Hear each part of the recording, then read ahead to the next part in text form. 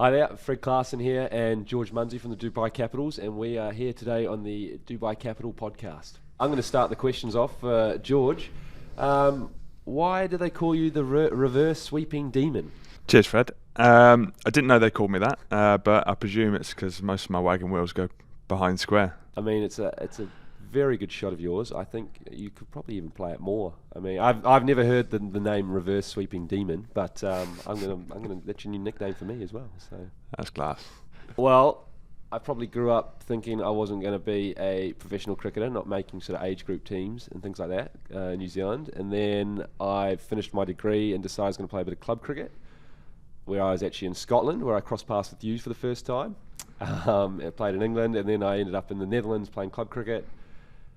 Long story short, I debuted for the Netherlands national team about a year later, and then happened to play against a Kent, like some sort of invitational warm-up games against their T20 side, and sort of signed my first county contract through that. So from the Netherlands, so that was probably my road to my career. That's gone.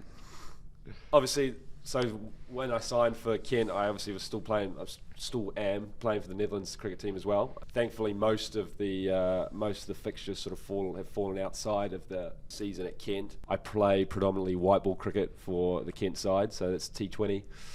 And when there's sort of red ball cricket on, that's when I've sort of been able to play for the Netherlands side during the season. Last year was probably the toughest in terms of clashing. Just because with the fixtures that the Netherlands had been in the Super 12s. So I unfortunately missed the West Indies series, Pakistan series, and only played two of the games against one of the games against England. So I missed two games against England, and I missed the T20s against New Zealand as well. So that's, I love playing for the Netherlands side, but unfortunately, the Kent stuff is also, I take pride in that as well. So I can't be at two places at once, but we obviously had the World Cup at the end of the season last year, so that's also, it's been great, and I think it's helped me a lot in terms of white ball cricket, because I get to play, I have that international experience while also playing domestically in England. So I think that's helped me a lot in terms of developing my skills quicker. I mean, I signed my first professional contract at 26, so sort of to learn on the job. What's been your most enjoyable part of this journey?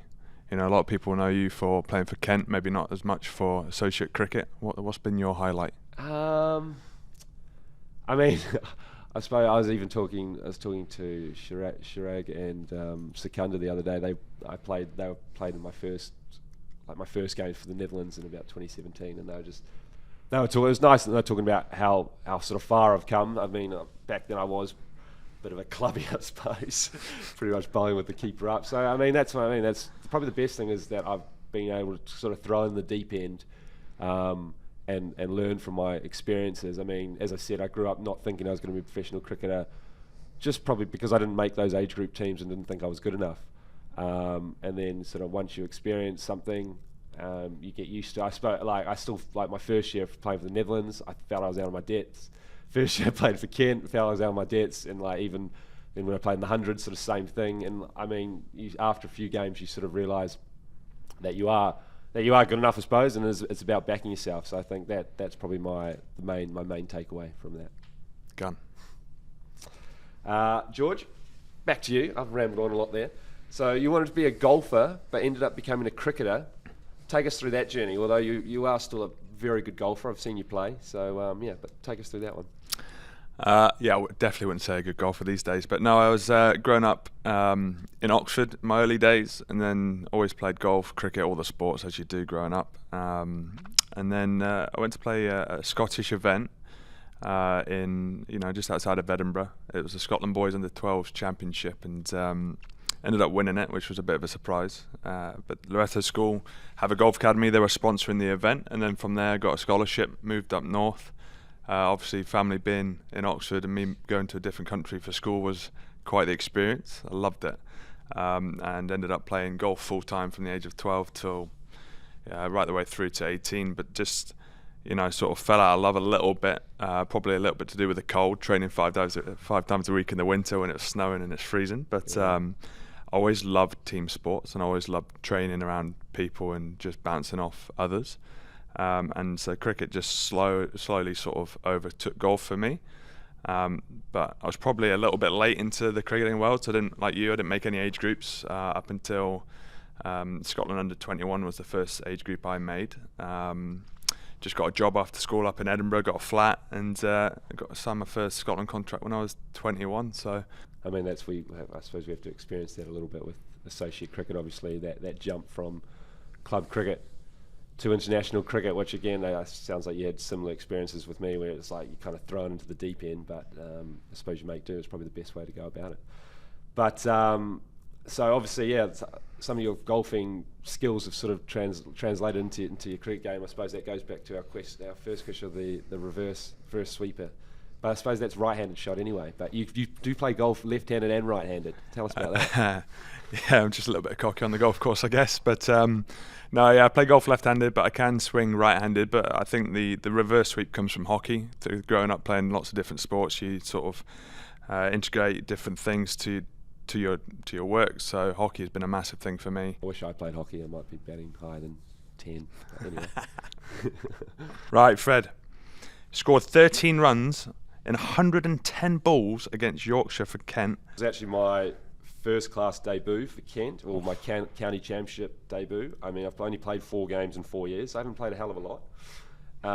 So red ball cricket then was quite foreign to me.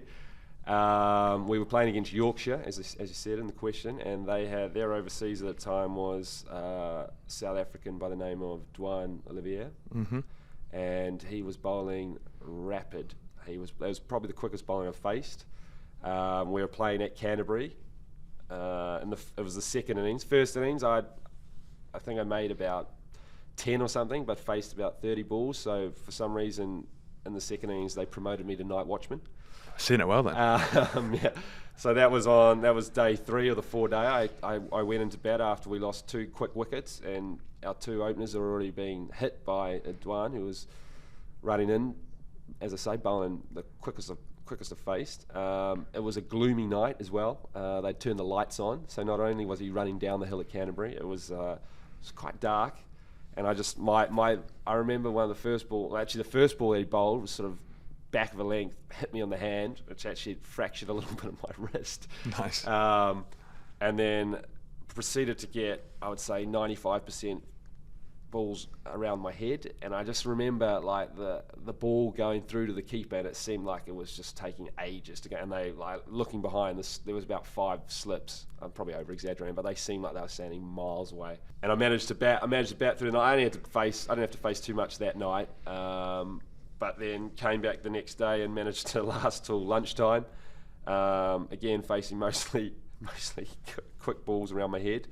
So that's probably why I didn't score at much of a rate there. 13 runs off 110 balls, but made it through to lunch, and then went back out after lunch feeling pretty confident, and was out first ball after lunch, and we managed to lose that game. So it didn't end great. I think a standing ovation was a little bit over the top, to be fair, but it was nice to spend some time out there. I was batting a lot with Daniel Bowdrummond, so it was quite nice to spend some time out there with the batter. He was scoring runs. I was just sort of letting the ball go. But, 13 runs. How did it pace? I think I actually remember hitting one lovely on drive. It's probably my only shot in red ball cricket. They say it's the hardest shot on the book, but it comes easy to me. It was definitely on drive. I've got it still recorded on my phone, so I quite often go back and look at that. But then the rest of the runs, I don't know, maybe a couple of inside edges, nice. Run down a fine leg maybe. They were just bowling at the stumps, like the other seams were just trying to bowl at the stumps. But yeah, it was a good experience with the bat. Back to you, George. How did playing in county cricket help you shape your career? You've obviously played for quite a few different teams. You've played at Northants, Kent, Hampshire. I'll let you explain. Nice, that's great knowledge. Obviously, just a little closet badger. Yeah, I remember a bit like you, playing a bit of county cricket. Went down to Northants for a bit. My first proper red ball game was against Australia before the Ashes. That was fun. I remember going out to bat, and I can't remember who was it, but a couple of guys absolutely smoking it. Carl Coates was one of them, got 90 odd, and the names will come to me. But I just remember being sort of a rabbit in headlights, going out at number 7 to face some extremely quick bowling, some class spinners, I think my first over was against Siddle, who had it on a string. I played and missed at every ball. Nathan Lyon at the other end, I was playing and missing, or it was hitting me in sort of the box, just drifting on, sliding on. And then Cummins comes on, and I'm just like, oh, here we go. This should be a little bit better. And then first ball whizzing past my head. I think he had sort of 3-4 slips. Guy, deep square leg. I don't know why he was there. I was never going to pull him. But then for some reason, I ended up hitting fours through the cover region. Feeling quite good about myself, and then he went short leg, guy catching around the corner, and lasted about 4 balls after that. So I'm pretty sure actually it was Sanderson who came in next and got hit on the helmet first ball, because he was obviously a little bit annoyed, riled up, and had to get a helmet replacement. So I don't think I was too popular in that dressing room that day. But no, it was like you said, thrown in the deep end. County cricket just helps you to sort of experience just a level up from what we do at associate cricket, which is either club cricket or it's against the big guys. There's no in between. So I think county cricket really fills that gap and gives you the experiences you need to be the best as you can be in the associate world. Absolutely. Obviously, playing county cricket, we've spoken about one of your greatest innings of all time. How has county cricket shaped your career? Pretty similar story really, except I happened to have the ball in my hand as a bowler. I remember it must have been about the second or third T20 game, my first year for Kent, playing against Hampshire. I was bowling about the third over, bowling a Riley Rousseau, and I bowled my first 2 balls what I thought was sort of, back of a length, top of the stumps. He planted into the cow corner over the boundary for 2 sixes in a row, and I think that sticks with me, because it's like, okay, well, what I thought was 2 good deliveries, he's he's dispatched them. But why I think about that is what probably especially that 2019 T20 campaign for me, I did feel out of my depths. I mean, the other seamers were Adam Milne and Huddersfield Yon, who both bowl over 140 k's an hour, 145. So I felt that batters were definitely targeting me. I was sort of a nobody from the Netherlands, bowling 120k max. But you kind of learn, you learn to adapt. I think you sort of find why you're forced to. I think I was lucky that Kent gave me such a good opportunity. My first year I signed for 2 years, my first contract, but I managed to play every T20 game in the first season, which was surprising to me because we had such a good side.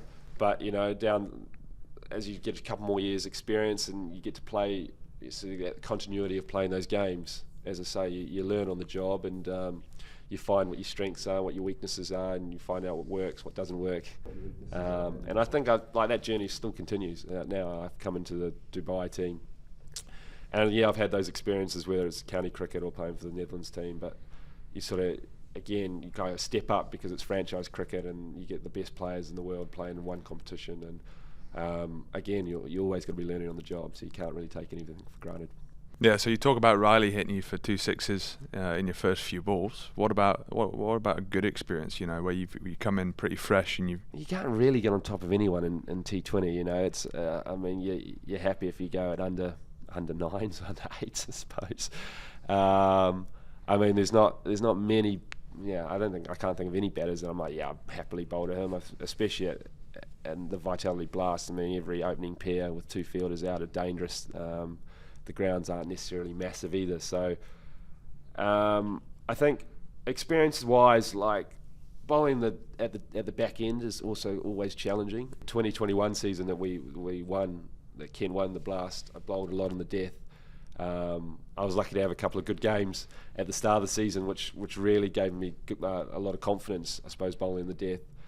I had a game where I had to save. We had about 10 runs to defend against Gloucester, and I managed to defend that. So that was always, that's quite a memorable moment, I suppose. But then you have, on the opposite end of the spectrum, you have games where you've not lost games, but you've gone for over 20 in an over, and probably have lost the game in that over. So, you got to take the good with the bad. It's I don't almost. It's cliched as well, but you do learn more from your failures. I think that's the thing. You think, and also I think at the time you think it's way worse than it actually is. It's not actually as bad. And yeah. That's better. 2021 at Kent, what a season. I felt like John Terry getting my picture up on that sort of T20 blast campaign when I did absolutely nothing, but that was the world of COVID. Yeah. And you boys did a good job. So did you, mate. We needed to get that home quarter final, which was really important. And every game was important in that season. Every game counts. I think that was a Lord's game as well. How good. What a game to come in for. Yeah. Okay, George, can you take us through your 53 ball, 66 run innings against the West Indies?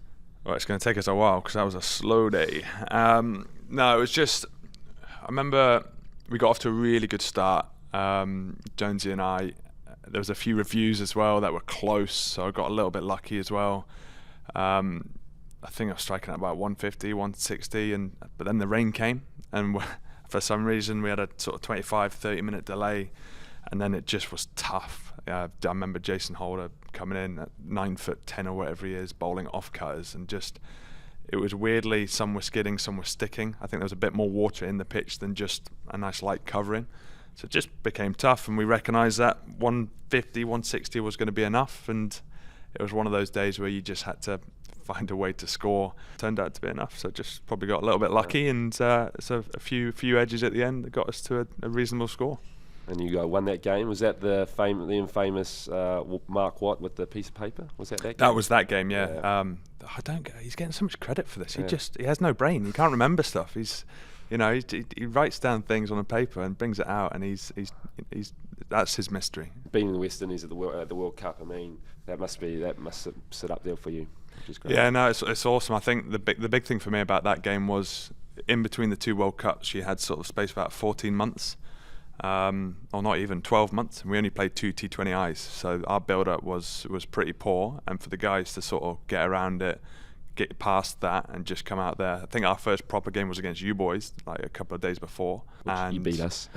Well, I wasn't going to mention it, but it was good for the guys to just turn up, focus, and perform, and that's something that comes with game time and experience, and that's just not, we didn't have that, so it was really pleasing just to get a really good game out there and beat the Windies. Yeah, nice. Fred, back to you. You made your ODI debut against Nepal. You took 3 for. Firstly, let's talk about that. Where was it? What was happening? Was it raining? What was going on? This game took place at VRA in Amstelveen in the Netherlands. We had only just got back our ODI status, so I'd actually been playing for the Netherlands side for about a year. So I had a few fixtures under my belt, so I wasn't fresh into the team, which was quite nice. VRA's pretty nice wicket actually for the Netherlands. It's just a few years ago now against Nepal. Couldn't tell you how I took my 3 wickets, but I mean, yeah, it was quite. I think it's nice to take 3 wickets to start off your ODI average, I suppose. We did win that game. We won the first game, but I think we played a 2-match series against them, and we actually lost the second game. But yeah, I can't. Not a huge memory of the 3 for, but yeah, first game. I think it was the first Netherlands ODI in a while, which was nice, and about 4 other guys made their ODI debut at the same time. So yeah, it was. That was memorable. I mean, there's a nice photo on my Instagram page of a few of my mates debuting with me. But yeah, that's about it. VRA, what a ground. Yeah, lovely ground. It's always nice to play in the Netherlands.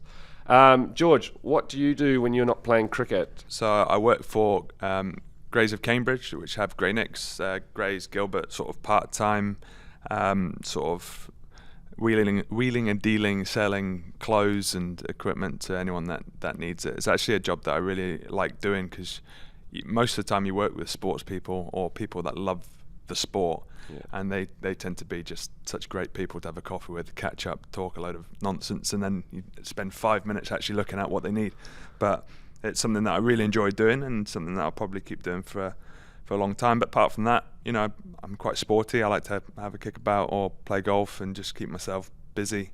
We train quite hard as well, so I really enjoy trainings. So yeah, it's just very sporty and just. Nice. What about yourself, Fred? What do you do outside? I'm pretty boring, to be fair, outside of cricket. I mean, I'm a bit of a nuffy of the game. I'm the same as you. I do love training. Away from I mean, if I think about the last 12 months, we've been quite busy because we've had the whole season at Kent, and then straight off that, we had about 2 months, including the World Cup. And then after that, I was in Sydney with a bit of family for 6 weeks. Again, spent time training. I like going out for coffee, which again is pretty cliched. Although the coffee industry in New Zealand and Australia is pretty good. It's probably just the way I was brought up. Obviously other sports as well. Playing cricket. I like probably watching football, rugby. Growing up in New Zealand, I played a lot more sports when I was younger. I mean, cricket takes up a hell of a lot of time now. I'm actually one of the few that doesn't play golf as a cricketer on tour. I mean, I peaked at my golfing career peaked at about the age of 11. So I probably play, I think, about 2 rounds a year. I think that's probably my quota. But yeah, I mean, apart from that, just as you say, you put a lot of time and energy for cricket. So there's not a hell of a lot to do elsewhere. I suppose you want to just try and switch off. So being able to go out for a nice breakfast or go out for a coffee is a nice way to do that, and just get around your teammates. What's your go-to coffee? It's a flat white, yeah. I mean, I like milk in my coffee. It's regular milk as well. Yeah, a bit more oat milk. Me. Yeah, are you an oat milk man? Are you a flat white as well? If I'm having a bad day, I'm having an oat milk flat white, but normally it's Americano, the free calories. When you're a bit bigger, you got to watch everything. How do you keep yourself physically and mentally fit during your busy schedule? That's a tough one. It depends on the day, really. If you had a busy sort of run of trainings, I probably wouldn't go golfing. I'd probably, a bit like you, I'd go find a nice coffee shop, I'd go to the mall, or just chill out, in the hotel. Normally we're quite lucky to stay in some really good hotels that got nice spa facilities. Just find ways to relax. Always like tidying the room if I'm feeling a little bit flustered, sort of sort your room out and then go for a coffee. But it's probably, for me, mostly it's about getting to a golf course, settling in, having a coffee. During the season, it's about just sort of maintaining injury prevention, I'd say, would be the main thing during the season. Most of the physicality sort of stuff in the gym is probably done out of season. Again, with the Dutch stuff that we usually play, I don't usually have a massive pre-season. But then again, I mean, we've got S&Cs and all the teams that we go to, so they're pretty good at keeping you in shape. Mentally is a funny one, because I think that sort of depends how you're going. I think how you're going in cricket very much depicts how you're doing mentally, I'd say, and especially the nature of T20 cricket, such an up and down game. So I think I probably take talking to my teammates is a real nice one. I think everyone goes through similar experiences. Everyone goes through some doubts and things like that. And I think at the end of the day, I like sort of the mantra of if you're giving yourself the best opportunity, then so be it. I think not getting too caught up in results, which again is quite hard to do when cricket's such a stats-based game, and as a bowler it can go tits up in games as well, bowling in the death or the power play. But I think I also take comfort in seeing you see the best players in the world having off days as well. So I think that helps you. Staying balanced in your lifestyle as well helps. Staying healthy, eating a healthy diet, training, things like that keeps you in pretty good shape. It's pretty nice, to be fair, to be a professional cricketer. You can't really complain too much, and it's a lovely lifestyle. So it's not going to last forever. So I think try and think about that too. My preference numbers are 12, 13, 18. 13 because I was born the 13th. Unlucky for some, and to be fair, I'm not 13 because I was actually too weak to take it. I thought that might be bad. I don't know. I should have taken 13, but I didn't. Took 12. Quite like 12. It's aesthetically pleasing, so there's no real strong meaning with that. And then when I moved to Kent, 12 was taken by Adam Rouse. I went for 18, and I actually, now that I'm 18, although I still like 12 in the Netherlands, I really like the look of that number, and I didn't even realise, but only after actually Virat Kohli's number 18 and Trent Bolt's also 18. I think Gilchrist might have been 18 as well. So there's some pretty good players at 18. So I'm happy to sit with them. What about you, mate? Jersey number 93. I was just about to say, if you're listening to this podcast and you might start realising that Fred overthinks things, and I don't think things through. So mine is 93. I was born in 93, and that's as far as it goes. Beautiful, like it. Fred, tell us your experiences of playing in the DP World ILT20, being with the Dubai Capitals family, and obviously your best friend, me. Yeah. Well, first of all, I'm very lucky and privileged to be part of the Dubai Capital family. This is my first overseas franchise tournament. So I sort of came in a bit wet behind the ears, I suppose, not really knowing what to expect. Apart from you, George, I didn't really know many of my teammates that well, so it's been amazing to connect with different cricketers from across the world. And again, playing in Dubai, which I do quite like. I think the UAE conditions suit my bowling. Off pace and cowardly just thrown into the wicket. And it's been a great experience. I mean, I didn't play the first couple of games, which we got such a strong squad. I was kind of, before the tournament, I was like, well, there's probably a chance I won't play at all. Which I was still looking forward to being able to train and rub shoulders with the likes of Sikandar Raza and yourself and Rovman Powell and Joe Root, obviously, guys like this, and then to actually have a couple of games now under my belt and go okay. Not being a full train wreck has been a great experience. So I definitely take that invaluable, I'd say. And I think even just the 4 games that I've played here, I think I've learned a lot, and it's going to help me going back to playing my domestic cricket for Kent as well.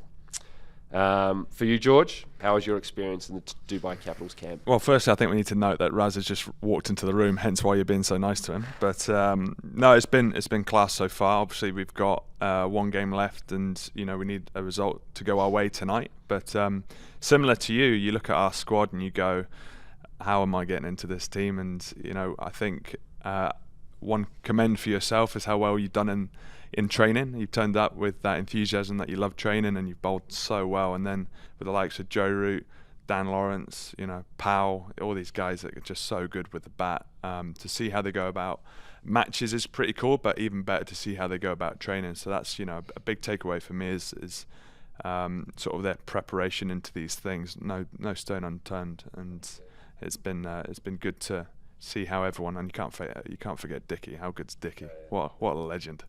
But yeah, absolutely, mate. I think also flying the associate flag proudly is quite important for us as well. We probably don't get the what would you say, the fixtures and probably the fund there. It can be difficult. We've also had a lot of conversations about associate cricket. So it's great that this tournament has opened up an opportunity for 2 associate spots. So that's been awesome, and I think me, you, and Brad Wheel are the 3 associate players that have played. So that's Erasmus, of course. He's done very well. So yeah, and Visa obviously as well. So yeah, mate, it's great. And that sort of sums up our podcast, I'd say, today. I mean, I've really talked a lot of drivel, but George, you've been good, and thank you very much.